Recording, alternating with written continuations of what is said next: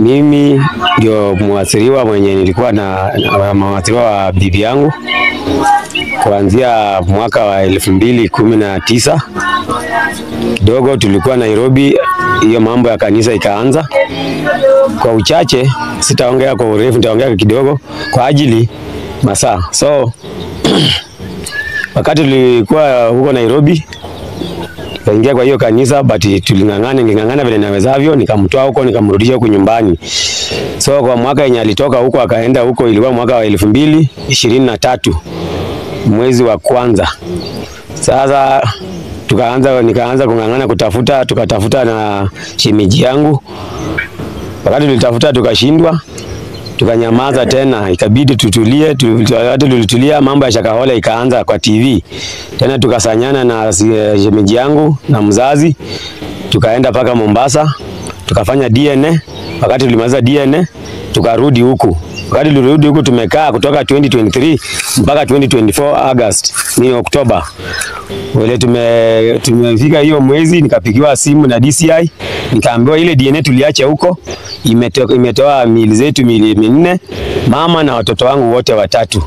Sasa kwa saa hii mimi yenye inaweza sema serikali imetusaidia, MP wangu amenisaidia, imefikisha watu wangu kwa boma letu, kwa wazazi wetu na kwa familia kwa jumla imefurahia. So tunarudisha tu shukrani kwa serikali yetu kuu na hata serikali ya mashinani. Bibi yangu nilimuoa mwaka wa 2008. Nimekaa na bibi yangu miaka 15. Tulizaa na yeye watoto 10, 3 walifariki. Nilikuwa nimebaki na nilizaa na yeye watoto 8, 3 wakakufa, nikabaki na yeye watoto 5.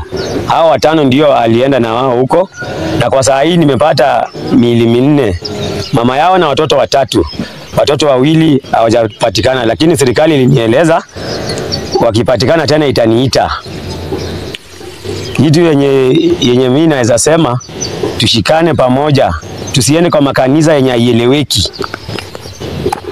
Alafu watu wenye wanasema serikali haisaidii, mimi nimeona matunda ya serikali kwa ajili nimepumzika pakubwa kupitia kwa Mheshimiwa Tindi Mwale, MP wangu wa Butere. Ameniwezesha kunifikishia kufanya matanga ya bibi yangu na watoto wangu. Sasa hii niko na amani ndani ya moyo wangu, na ninarudisha shukrani kutoka juu kwa serikali mpaka hapa chini. Hata watu wa kanisa, pastor wangu wako hapa, nashukuru mjomba wangu wako hapa, nashukuru mzazi wa kitoto wake na bibi na shemeji yangu. Hiyo kanisa sijaienda huko kuenda huko kuabudu na wao. Alienda huko kwa ajili nilikuwa natoka kazi, naenda kazi na anashawishiwa na wana plot wa mama wenzake wanaenda hiyo kanisa. Wakati niligundua mara ya kwanza, ilikuwa Pastor Makenza alikuwa na mkutano Kawangware. Hiyo siku nilikuwa kwa nyumba kutoka Friday mpaka Sunday. Mwenyewe nikaenda nikahudhuria hiyo mkutano ya crusade. Wakati tulitoka huko nikamwambia unapotea, hiyo sio kanisa. Hapo ni kupotea, tunapotea. So sitaki kuona watoto wangu wanaenda huko, sitaki kuona mwenyewe ukienda huko. Hapo ndio tulianza kutengana. Bibi yangu nilikuwa nimemfungulia saloon. Nilikuwa nimenunua vitu za saloon ziko kwa nyumba. Wakati nilirudi nikapata kama ameuza. Nikamuuliza kwa nini umeuza vitu za saluni? Na hutaki kuendelea na saluni? Akasema masaluni ni marembo ya dunia. Na yeye saa hii mahali ameingia, kwa kanisa ameingia, hakuna marembo, hakuna hospitali kutibiwa, hakuna mtoto kwenda shule, hakuna mtoto kutairi. Nikamwambia unaona hizo vitu unataja, hiyo ndio injili mlikuwa mnasomewa huko Kawangware, nikakukataza. So hiyo vitu zote huyo mwenye anawafundisha anaongea na Kizungu. Kwani yeye alitoka kwa tumbo ya mamake na Kizungu? Tukaanza kuindafiana na bibi yangu. Hizo vitu ndio zilifanya nikaanza kufanya nini? Kuindafiana na akatoa watoto shuleni, na jaribu na peleka shuleni, yeye anaenda na watoa huko hawasomi. Watoto wakigonjeka tunanyang'anyana na yeye, nikienda nipeleka hospitali na yeye anafanya nini? Anawatorosha, anasonga mahali pengine.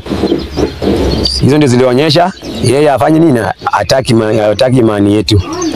Watoto waliopatikana, mtoto wangu wa kwanza anaitwa Viona Wetende, mtoto wa pili anaitwa Beatrice Mekesa, mtoto wa 3 ndio hakupatikana anaitwa Joseph Osiako.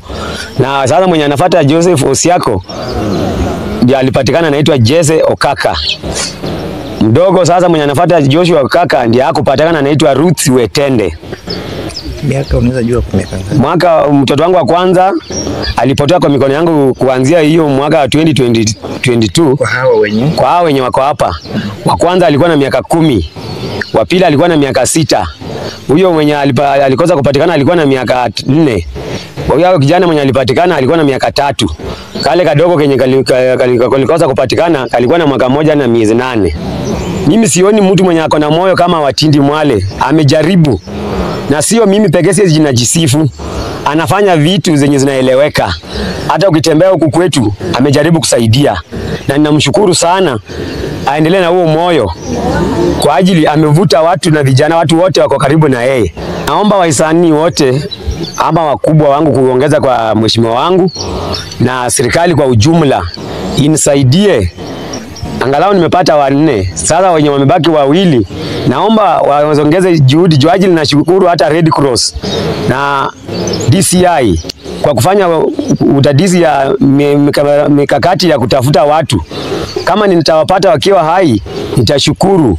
Kama nitawapata tena wakiwa wameenda, niko radhi niwachukue nikuje niwapumzishe tena. Na nitulie na roho yangu sasa.